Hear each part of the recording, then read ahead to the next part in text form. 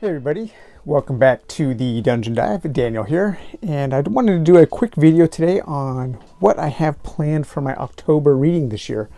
I usually like to do a video on some books that I'm reading in October. October seems to be kind of like the official kickoff of reading season, even though so many of us read all year long.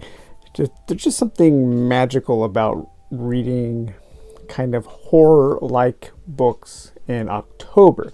Now, this year I am not specifically reading works of horror, but I am reading books that deal with the devil, black magic, witchcraft, satanic things, that kind of stuff. So the books I am going to be reading, out of there are 5 I'm hoping I can get to, and I've read one of them before quite a while ago. But first up is going to be The Devil is Dead by R.A. Lafferty. For those of you who haven't read R.A. Lafferty, you are in for a treat. This guy, if I had to pick one author who was like the most underrated in like the world of science fiction, and it's more like speculative fiction, it would probably be Lafferty. He is very much a writer's writer. Other writers love him, but he's not very well read. And a lot of that probably has to do with a lot of his stuff just being really out of print and hard to find, unfortunately. He is a brilliant writer. He works more, like I said, more like speculative fiction, highly philosophical, farcical, weird comedies, and just really bizarre dude who wrote a lot of really weird, interesting stories. Devil is Dead, I have started. I am about a third, almost halfway through, and I have no idea what this book is about. None. I'm hoping that something comes to the surface. I could see this either being like my favorite Lafferty or maybe my least favorite. I'm not sure. But rest assured, I am really enjoying the writing. His writing is, if you are into exquisite prose, read Lafferty. So a review of this will be coming. Then the next, I'm not sure the order, but next up in my stack here is going to be another Abraham Merritt, and that is 7 Footprints to Satan. And this says that Jim Kirkham knew that he was being watched, but by whom and why? There was only one way to flush these unknown watchers out into the open, to decoy them. And so one evening, Kirkham deliberately set out for the loneliest part of New York. He had not gone 2 blocks when a strangely familiar figure passed him, and he realized with a start the man was himself.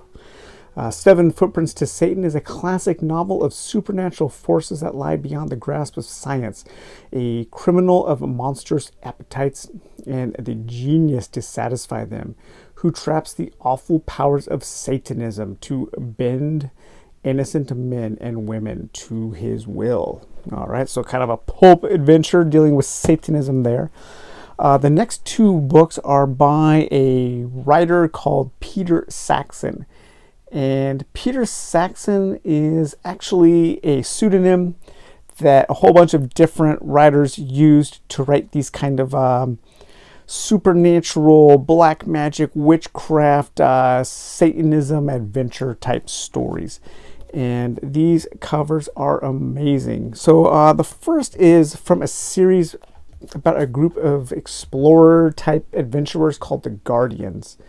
And this is The Curse of Wrathlaw. I think this cover is done by Catherine Jeffrey Jones, I believe. I should have double checked that, but I'm almost positive that that is a Jones cover there. This is the cheapest of the Guardians books that you can find. Some of the others go for like the mass market, like $100. Insanely expensive. Super hard to find. The Curse of Wrathlaw can be regularly found, but this sounds pretty dang cool. That the anguished, triple cursed The anguished triple curse was as old as evil itself. Born in that dark and magical past, breathing through the centuries, it burst now from the hideous lips of Fergus Trail, hermit of Blacklock, thwarted in his lust for the beautiful maidservant of Sir Alistair Rathlaw. All right. And then the other one, I think I like this cover even more, is The Torturer. And every time I look at this cover, I think of a Lupin the Third anime. And I think that's because this guy here kind of looks like Lupin from Looking Down. And just, I don't know, it has that like 70s anime style. And so The Torturer, the Castle of Death was a hell on earth for the living and the lost. And it says, for 300 years, the ruins of Castle del Morte echoed with the screams of its dying victims. Feared by the superstitious townspeople, it stood deserted in the Spanish Hill until a movie production crew scouting location took over. The movie company ignored the ghastly legend of the castle until the torturer returned. From beyond the grave, he worked his evil and began to drive to madness all who ventured into his domain. The Torturer is a chilling novel of a duel between the power of good and the occult terror of witchcraft. So yeah, I'm really looking forward to reading these two Peter Saxon novels. And I'm secretly hoping that I hate them, so I don't want to spend the money and track down the other novels. And then finally, we have the longest book, and I'm hoping I can get to it. This might have to trail off into December, but that is Jeff Long's The Descent, and by far the biggest of the book at almost 600 pages, and the newest. Written or published in... When was this published? 1999. Really interesting book here. I don't know if any of you have seen the recent movie, The Empty Man. But if you haven't, and you are looking for a highly original and absolutely engrossing supernatural horror movie, watch The Empty Man. It's streaming on HBO and I think Amazon.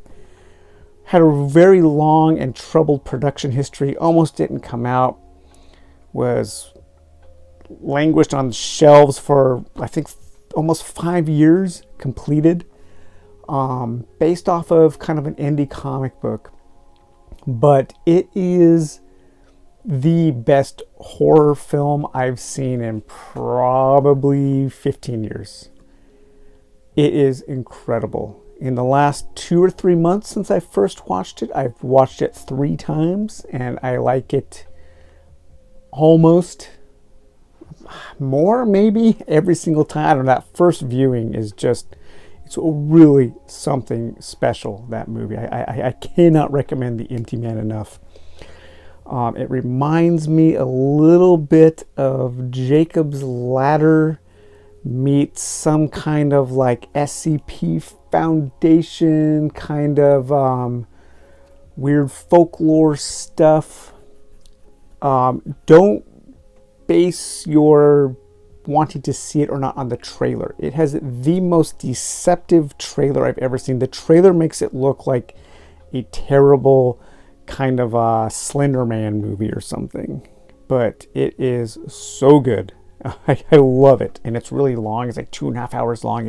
It goes into all these. It's like 3 different movies combined into this like weird, just mega horror, supernatural horror movie. That's a long way to say that it did remind me of The Descent. And this says that we are not alone. In a cave in the Himalayas, a guy discovers a self-mutilated body with the warning, Satan exists.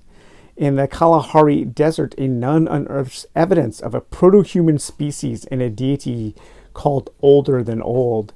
In Bosnia, something has been feeding upon the dead in a mass grave. So begins mankind's most shocking realization, that the underworld is a vast geological labyrinth populated by another race of beings. Some call them devils or demons, but they are real, and they are down there, and they are waiting for us to find them.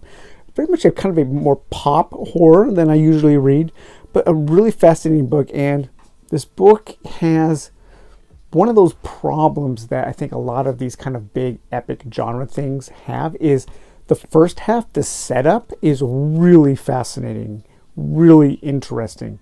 But then the second half kind of peters out a little bit because it revolves too much. It relies too much on like action tropes. Think of a really good example is like Stargate, the movie, like, or Independence Day. The first half, the build-up where humanity is like banding together, trying to discover what is going on, is really interesting. And then the movies, both of those movies, just kind of like fall face plant right into like really lame action territory. And I don't think The Descent face plants quite as hard as Stargate and as Independence Day do, but it does kind of wear out its welcome because of its length. But it's a really fascinating build-up. At least I remember it being. I read it like when it was new, and so I'm really looking forward to reading it again, especially since while watching The Empty Man, I kept thinking of The Descent. And this has no relation to the Neil Marshall movie, Descent. Fantastic movie. But yeah, so those are the books I'm going to be reading this October and into the first part of November. So if you want to read along, please do so, and I'll be hopefully posting at least some kind of review for each of these over the next 4 or 5 weeks, 6 weeks or so. So all right, guys, well, I hope you enjoyed that. Take it easy. We'll talk to you later. Bye bye.